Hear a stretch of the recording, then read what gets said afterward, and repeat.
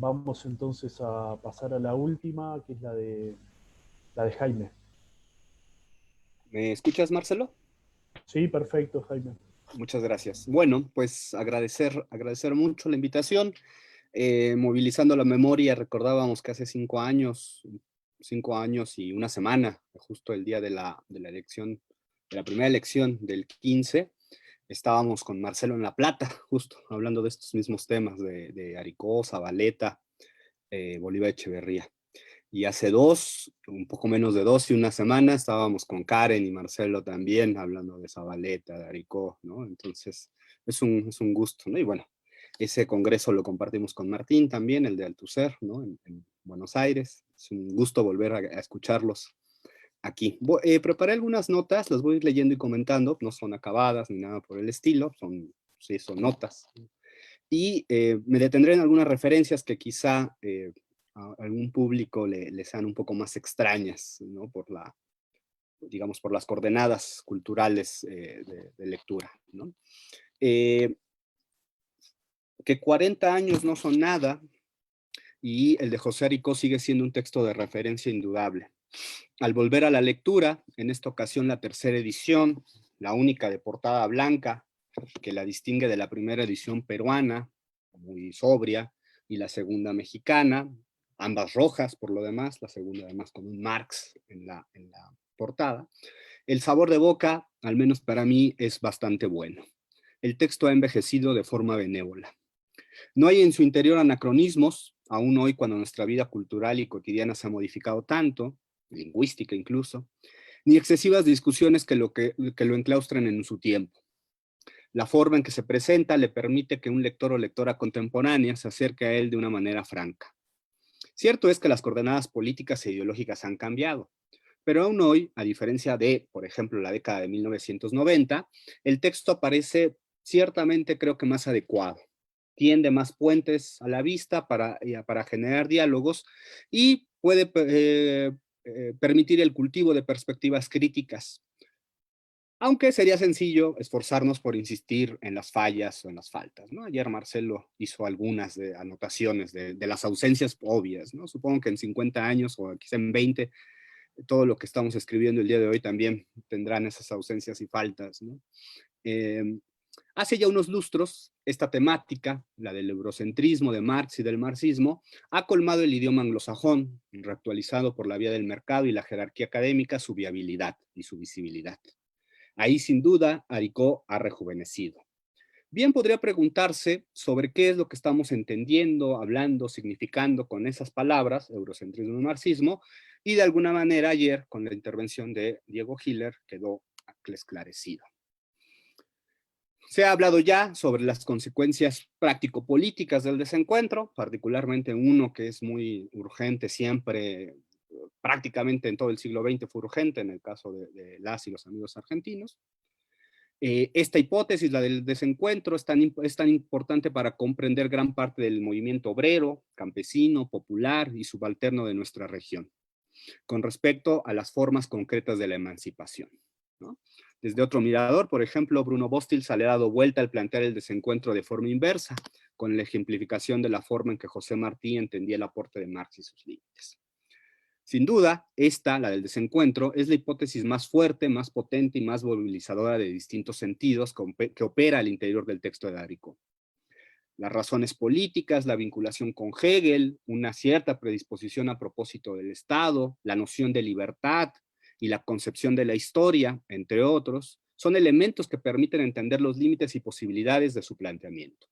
Mención aparte, y guiño a mis colegas y amigos hegelianos, es que me parece que no se puede despachar tan fácilmente, como a veces solemos hacer, acepciones como la de libertad e historia, ¿no? Y aquí el primer acotamiento, ¿no? Esta manera que Martín colocó como un rodeo teórico en la relación Marx-Hegel, que es muy interesante que Aricó se haya esforzado en restablecerla, a pesar de que, concuerdo con Guillermo y con Martín, este es un texto marcadamente altuseriano, restablece o vuelve a colocar, como lo hizo Gramsci a principios del siglo XX, la gramática hegeliana de Estado y sociedad civil, ¿no? Justamente ese es uno de los grandes problemas que siguen habitando el texto de Aricó, como lo es también, y me permito hacer aquí otra digresión, el severo juicio sobre Engels, ¿no? El severo juicio sobre Engels que aparece reiteradamente,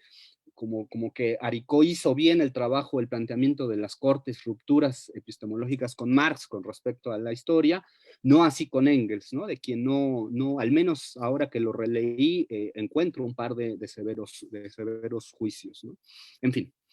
Me gustaría ir un poco más allá de la hipótesis del desencuentro, y confieso que hay una influencia de una perspectiva crítica que es prácticamente desconocida, que fue la que hizo en el año 97, aunque su redacción es previa, Jorge Veraza, un economista mexicano, a José Aricó, en su tesis de doctorado titulada Los escritos de Marx y Engels sobre México, su coherencia y vigencia en confrontación con el Marx y América Latina de José Aricó. A la sazón, pues la única tesis dedicada al libro de José Aricó en México, aunque hay otras tesis sobre pasado y presente. Imagino que en Argentina habrá más de una tesis dedicada a Aricó, bueno, eso es casi que es una obligación, aunque no sé si haya una tesis solo dedicada a un libro, ¿no? Y en el caso de Veraza, su tesis de doctorado que está dedicada específicamente a confrontar, y de ahí a García Linera extrajo muchas de sus críticas que van a aparecer en La potencia plebeya. Creo que Veraza ahí en esa tesis, más allá de algunos excesos comunicativos, marca bien el punto, no solo sobre el desencuentro, sino sobre los ejes en el campo teórico que permiten la existencia de ese desencuentro, aunque ciertamente, ahí difiero de su postura, para él eso no es un problema. Me refiero en concreto a una perspectiva de comprensión del marxismo como un espacio teórico muy determinado, la llamada crítica de la economía política. Si aceptamos que ese es el punto clave para la comprensión de Marx y el marxismo, y no como otras corrientes que se ascribían a los humanismos abstractos, a las inversiones dialécticas al interior de una filosofía de la historia, pensemos el día de hoy en los frankfurtianos, ¿no? Esa sigue siendo una corriente ya no anclada en el progreso, quizá anclada en la barbarie, pero opera como filosofía de la historia. U otros dispositivos argumentales mediante los cuales se ha aprendido a Marx. Podemos entablar claramente el entendimiento de la fortaleza y de la debilidad del planteamiento de Aricó, al menos desde la perspectiva de Veraza, que es la que se estilaba un poco más en México hace unas décadas. Es claro hasta aquí que no nos interesa tanto el individuo Marx, ¿no? Si Marx pensó o no pensó, sino el espacio teórico por él fundado, aquel que permite la aproximación crítica a las construcciones categoriales, prácticas e ideológicas de la modernidad capitalista. El centro de ese espacio teórico, en mi entender, no es la biografía del individuo Marx y por tanto no las ilusiones sobre lo que verdaderamente pensó, sino el dispositivo conceptual que permite comprender la dimensión mercantil y mercantil capitalista que totaliza la vida social. Gran parte del entendimiento de esta llave conceptual la dio el propio Aricó en su trabajo en los cuadernos de pasado y presente. Y en siglo XXI, ¿no? Aquí Martín decía, ¿no? Que se refería a Aricó a estos textos como literatura menor, ¿no? Entonces de inmediato la categoría de Deleuze para pensar a Kafka surge, ¿no? Efectivamente en esas décadas esta era una literatura absolutamente menor dentro del corpus marxista, ¿no? Y lo que hacen un poco es dotarnos de un gran archivo, ¿no? El trabajo de pasado y presente es ponernos al día, y me atrevería a decir que nos puso al día incluso 30 o 40 años frente a algunos otros espacios. Pienso en la academia anglosajona sobre todo, ¿no? Que hoy ya está discutiendo los mismos temas que Aricó planteó hace 40. Quisiera retomar dos puntos. El primero es el que remite, en palabras de Aricó, a la excentricidad de la conformación histórica de la región, o quizá con un poco más de adorno, pero más claro en su intención, a eso que llama en algún momento de su libro la realidad hasta cierto punto inclasificable de América Latina. ¿Qué es lo que nos transmite Aricó con estas dos frases? Que la crítica de la economía política, así como ciertos materiales aledaños que él recomienda leer de la época de la crisis posterior a las revoluciones europeas del 48, no alcanzan para pensar toda la realidad histórica social otra o distinta. Sin embargo, lo sugerente es el silencio que Aricó plasma en este libro sobre la excentricidad que señala. ¿En qué consiste? ¿Cómo se conforma? ¿Qué y quiénes conforman esa realidad excéntrica, inclasificable? Si pensamos cómo se define geométricamente, excéntrico es aquello que está fuera del centro o que tiene un centro diferente, ¿no? Quizá podamos problematizar un poco más esta manera en que el cordobés se refiere a la situación del desarrollo eh, del capitalismo.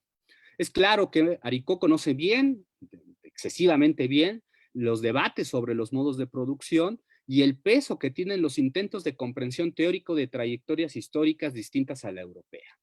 Efectivamente, es difícil pensar que la llamada forma equivalencial del valor o el dominio pleno del trabajo abstracto, por usar dos categorías sacadas del capítulo primero del Capital, fueran ya la ley en el siglo XIX en la región latinoamericana. Como lo es también, por supuesto, el pensar que aquí ya operaba la maquinaria y la gran industria, de nuevo, o las formas de subsunción formal y real del trabajo bajo el capital, para seguir con las secciones de la obra magna de Marx, ¿no? La pregunta es si acaso eran ya una realidad en la Europa de Marx. ¿No eran también los espacios estudiados por Marx, a su modo, pequeños islotes en una economía que se encontraba en tránsito, pero aún no plenamente aceptada, ni mucho menos en pleno desarrollo? ¿No es acaso que esta economía está siempre, permanentemente en transición, que es siempre proceso inacabado, una película sin fin o un barco sin puerto? Señalo aquí, para pasar un poco más abajo a la segunda cita que me gustaría referir de Aricó, la potente idea de Óscar del Barco, al principio de su otro Marx, en la versión publicada en la Universidad de Sinaloa, pocos años después de Aricó, quien en este exilio mexicano escribió que Marx no podía terminar el Capital, la obra El Capital, precisamente porque el Capital era inacabable, ¿no? Es decir, siempre tenemos una fotografía de un momento perpetuo, ¿no? Permanente. El problema es, claro, aceptar que hay una forma inclasificable que remite a que las clasificaciones están ya dispuestas, osificadas, que hay concordancia entre un conjunto de realidades diversas y unos conceptos, pero peor aún, al hecho ya señalado por los críticos anticoloniales de ayer, hoy decoloniales, que aquellas clasificaciones, asalariado, trabajo libre, siendo las más obvias estas dos, dependían de la imposición de otras formas clasificatorias, no ya conceptualmente, sino prácticamente. Sin trabajo esclavo en la periferia del cuerpo capitalista, no hay trabajo libre en el centro. Ello remite sin duda a la consideración, que ayer Perla lo trajo a colación, del proyecto marxista con respecto al entendimiento de las fuerzas productivas, de la dimensión del mercado mundial y del lugar de los estados, ¿no? El llamado plan de los 6 libros que está en los Grundrisse. Es claro que el nivel elegido por Aricó es sobre todo el último, el Estado-Nación, ¿no? E incluso no solamente el de la nación, ¿no? Es decir, ese es el punto de anclaje. Falta, sin embargo, pensar unidad de estos otros conceptos, desarrollo de fuerzas productivas, mercado mundial y Estado. Y es entonces válido preguntarle al texto y preguntarnos a nosotros si es posible pensar clasificaciones conceptuales omitiendo la dimensión señalada por Marx como la de el mercado mundial. René Zabaleta señaló en su momento que, aunque existieran monarquías con reyes, coronas y protocolos de este tipo, se podía comparar a estos países, decía él, Inglaterra, con regímenes parlamentarios democráticos con sus respectivos protocolos, pues ambas tenían en común ser sociedades capitalistas, ¿no? El capitalismo era, decía Zabaleta, la unidad del mundo. Y es que para el boliviano había una tensión que respondía a dos grandes polos. Estos eran el de la especificidad y el de la totalidad. Visto desde el plano global, es decir, el de la totalidad, incluso la América Latina, con sus formas bonapartistas, con sus estados aparentes, con sus persistencias despóticas o patrimonialistas tan cotidianas, era parte del devenir capital del mundo. No se encontraba al margen de él, ¿no? Es decir, a pesar de todo, no eran tan excéntricas nuestras realidades. En cambio, un examen de la dimensión nacional, de la especificidad productiva, de la articulación de modos de producción, el del papel del Estado como productor en el lenguaje hegeliano de la sociedad civil, de las capacidades del mercado, de la profundidad social del intercambio mercantil, son registros más problemáticos. En no pocas ocasiones encontramos que el mercado se encontraba o bien suspendido o bien maniatado por formas corporativas o de otros registros, ¿no? Zabaleta llamó esta atención tempranamente como la confrontación entre la lógica del mundo y la lógica del lugar. En la lógica del mundo, América Latina no solo no estaba en desencuentro, sino que era parte fundamental, bisagra necesaria del orden social del capital. Desde la lógica del lugar, claramente no. Conecto con la segunda cuestión que remite, o la segunda cita, que remite a la especificidad teórica con la cual podemos pensar con Aricó esta situación tensa en la que se encuentra el espacio teórico marxista. Es decir, si las categorías nos sirven o no nos sirven, si dan cuenta o no dan cuenta de realidades más heterogéneas. Dice Aricó, la hipótesis expuesta en el manifiesto comunista de una plena madurez en la expansión del mercado se revela como falsa, o más bien apresurada, a la luz de la extraordinaria transformación. Y él sigue ahí encaminando las transformaciones. Esta frase revela, de hecho, el otro gran momento de tensión al interior del marxismo. Me refiero a la incompletud de la crítica, su proceso inacabable, infinito, la necesidad de una reproducción ampliada de las categorías. Es decir, si el manifiesto comunista efectivamente estaba cuestionado en su hipótesis, porque el mercado no era aún tan dominante como podríamos pensar, también lo están los Grundrisse, el capital, el imperialismo fase superior del capitalismo de Lenin, la fábrica y el cronómetro de Coriat, las teorías regulacionistas o casi cualquier otra obra. Lo único que se ha demostrado es que cualquier hipótesis de maduración y expansión del mercado siempre queda opaca con respecto al mañana de la propia realidad capitalista, ¿no? Es decir, de nuevo, tenemos imágenes congeladas de procesos que se van profundizando, en las cuales la forma dominante, la forma del valor, cada vez coloniza de manera más firme los espacios sociales. Podemos a partir de esto señalar dos cuestiones, ¿no? Y aquí esto es solamente unos apuntes extras que me parecen que podrían suscitar alguna discusión. Primero, que lo que en Marx es una explicación básica de la cual se desprende un conjunto de desarrollos a propósito de la civilización de la mercancía, su despliegue y su crisis. Ese es el espacio teórico marxista, ¿no? La comprensión de ese proceso. Si el individuo Marx, como el individuo Aricó, sostuvieron un conjunto de puntos ciegos, pues es algo normal y natural, como nosotros mismos ahora estamos produciendo los propios. Lo importante, me parece, es a la postre observar algunas tendencias que no dejan de sorprender por su actualidad. Y claramente el texto de Aricó por eso resulta tan sugerente, porque a pesar de sus puntos ciegos, permite una productividad teórica. Hay dos problemas. La primera es la tentación idealista de captar el momento eurocéntrico que efectivamente podría existir en Marx, que efectivamente existió en algunos marxismos, como si fuera cosa de falta de información, de limitada capacidad intelectual de ampliar la mirada, y no como el efectivo dominio de la economía mundo europea durante los siglos anteriores. Es decir, esa geocultura ha sido dominada. Si hoy podemos vapulear al eurocentrismo y a los eurocéntricos, es porque esa geocultura se encuentra fuera del poder. Ya no es más el centro de gravitación. En este sentido, y aquí apunto una cuestión, lo que quiero decir es hay condiciones materiales, prácticas, que nos permiten ser mucho más firmes con respecto al eurocentrismo, ¿no? Es lo que quería decir. En este sentido, sorprende, y con esto quiero finalizar, una ausencia grave que me llama en los últimos momentos, en los últimos tiempos, al interior del corpus marxista, incluido gran parte del marxismo latinoamericano, incluyendo con esto a Aricó y producciones contemporáneas a Aricó. Quizá en el temor de restablecer centros que funcionen como garantías epistemológicas, eso es algo que hay que ser precavido, hemos obligado que algo que Marx intuyó, que se encuentra presente en Mariátegui, que se encuentra presente en Gramsci. El tema de la americanización de la forma moderna del capitalismo, la americanización completa del capital. Y como ya apuntan algunas plumas provocativas, incluso estamos frente a la americanización de la protesta. No deja de sorprender las vueltas que hemos dado al tema del eurocentrismo, al menos desde Samir Amin, ¿no? Quizá un poco antes en términos marxistas, y la escasez de reflexión a propósito de la forma cultural que ha moldeado de manera más radical nuestras vidas, independientemente de nuestras aparentes excentricidades.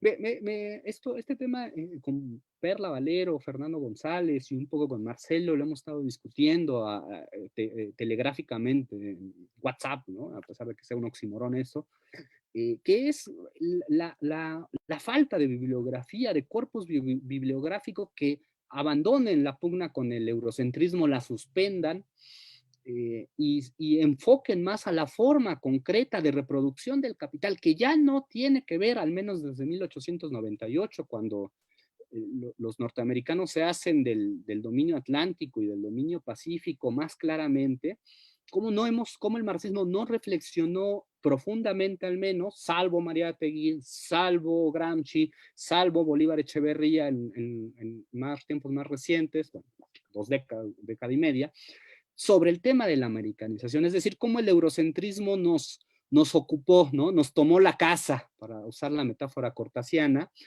y nos impidió discutir con el otro gran elemento que está ahí articulando la crítica marxista, que es la americanización de la moda, la forma americana, ¿no? Que Gramsci en sus cuadernos lo vio tan claramente. Me sorprende mucho esa ausencia de reflexión, ¿no? Con respecto, claro, y lo digo hoy pues porque el hegemón norteamericano pues está en crisis, ¿no? Está haciendo agua, o quién sabe, no sé si ya haya resultados, pero es evidente que está en crisis, ¿no? Me llama mucho la atención que un texto como el de Arigó, que ya es en la década del 80, a pesar él de ser un gran mariateguiano y un gran gramsciano, no haya dado espacio para esa discusión sobre la americanización, que cueste tanto trabajo aceptar pues que la forma dominante de la forma económica, de la forma de dominio del capital, no es más ya la idea, la europea decimonónica, sino la cultura de masas, la cultura industrializada de la americanización, ¿no? A Marx lo intuyó, ayer Perla hacía referencia a esos textos donde se refiere Marx al capitalismo norteamericano. Mariátegui, cuando habla de la cultura y del cine, claramente está viendo eso. Pero en realidad parecería que la discusión sobre esa forma americanizada de la modernidad tuvo que venir por fuera del marxismo, ¿no? No fue privilegiadamente el marxismo, y es muy interesante pensar ese silencio, ¿no? Bueno, un poco, ya solo para concluir, espero no haber abusado mucho del tiempo, un poco para concluir, haciendo un ejercicio rápido, ¿no? Evidentemente no con la profundidad que lo hizo Martín, de los debates contemporáneos. Es muy sugerente pensar que lean, que los camaradas lean a Aricó dentro de la crisis del marxismo, y que en cambio desde México esos años en particular eran vividos menos como un momento de crisis. Estaba la discusión, circulaba en las revistas, en Dialéctica, en la revista Dialéctica, por ejemplo, un poco menos en cuadernos políticos, pero en general había un momento muy álgido de discusión todavía en torno a Marx, ¿no? Ahora veía la colección que dirigió Óscar del Barco, la colección de filosofía que ustedes deben de conocer de la Universidad de Puebla, justamente en el centenario de la muerte, ¿no? Es decir, en el momento que Aricó está produciendo esto, hay una ola expansiva que todavía afecta a la cultura y que todavía afecta a algunos personajes de la vida política. No es casual que unos años después surjan las dos obras más importantes que se han producido en las últimas décadas en el marxismo producido en México, se aparezcan, que es la producción teórica de Marx, de Dussel, en el año 86, y en ese mismo año el discurso crítico de Marx de Bolívar Echeverría. ¿Y por qué los traigo a colación? Primero porque Dussel va a integrar en su tetralogía plenamente esa dimensión que Aricó nos entregó como documento y que aquí expone, ¿no? Es decir, el lugar de las cartas a Veras a Zulich, el lugar de la periferia del mundo capitalista, es decir, Dussel sí lo va a integrar y sí va a aparecer muy claramente como una discusión muy, muy abierta, ya no va a ser literatura menor. Y Bolívar Echeverría es la otra alternativa en el caso mexicano para pensar para zafarse del eurocentrismo de otra manera, que es pensar ya no en términos de Estado y sociedad civil y de Estado que produce la sociedad, es decir, no pensarlo en términos de la gramática hegeliana, sino pensarlo en términos propiamente de Marx, ¿no? Y entonces Bolívar Echeverría produce un conjunto de textos donde trata de leer la excentricidad de la región a partir de las categorías de valor, valor de uso y de subsunción real y subsunción formal del proceso de trabajo, ¿no? Es decir, esas categorías le sirven a Bolívar para eludir justamente la dinámica eurocéntrica, a la cual te puede llevar el seguimiento de las categorías joven marxistas, ¿no? Que efectivamente atrapan y nos ponen un cerco, ¿no? Para pensar que pues aquí en la región no fue la sociedad civil la que produjo el Estado, sino que el Estado fue producto de la sociedad civil, ¿no? Es decir, ahí hay unas alternativas teóricas muy distantes al horizonte de discusión que nos ponía Martín, ¿no? De Ípola, pero que están también tratando de salirse de ese aparente callejón sin salida, ¿no? En el que está metido el marxismo un poco, ¿no? Entonces, creo que nos sirve nos sirve, ¿no? Escuchar las distintas maneras en que se atacó este problema para ampliar o profundizar en algunos puntos, ¿no? Y justo finalizo ya ahora sí, diciendo que me sorprende mucho, en verdad, lo redescubro recién soy consciente del archivo latinoamericano, del marxismo latinoamericano, la escasa reflexión en torno al dominio americano que solamente se reelaboró a partir de su forma empírica, ¿no? La categoría de imperialismo, ¿no? Es claramente la forma empírica de esa discusión, eh, que atraviesa todo el siglo XX, pero que no es trabajada conceptualmente, ¿no? En términos del corpus marxista de crítica de la economía política, ¿no? Bueno, yo como a diferencia de Marcelo el día de ayer, que le soterró unas críticas aquí al buen Narico, yo creo que el texto ha envejecido muy bien, yo creo que es un texto que se lee con una gran vitalidad, ¿no? 40 años después, ¿no? Y bueno, el próximo año que se cumplan 30 sin Pancho Arico, pues habrá que seguir reflexionando, ya no sobre este texto solamente, sino sobre el conjunto de una obra que, como nos lo explicó Martín Cortés en su libro, pues es más que un conjunto de textos escritos. Gracias.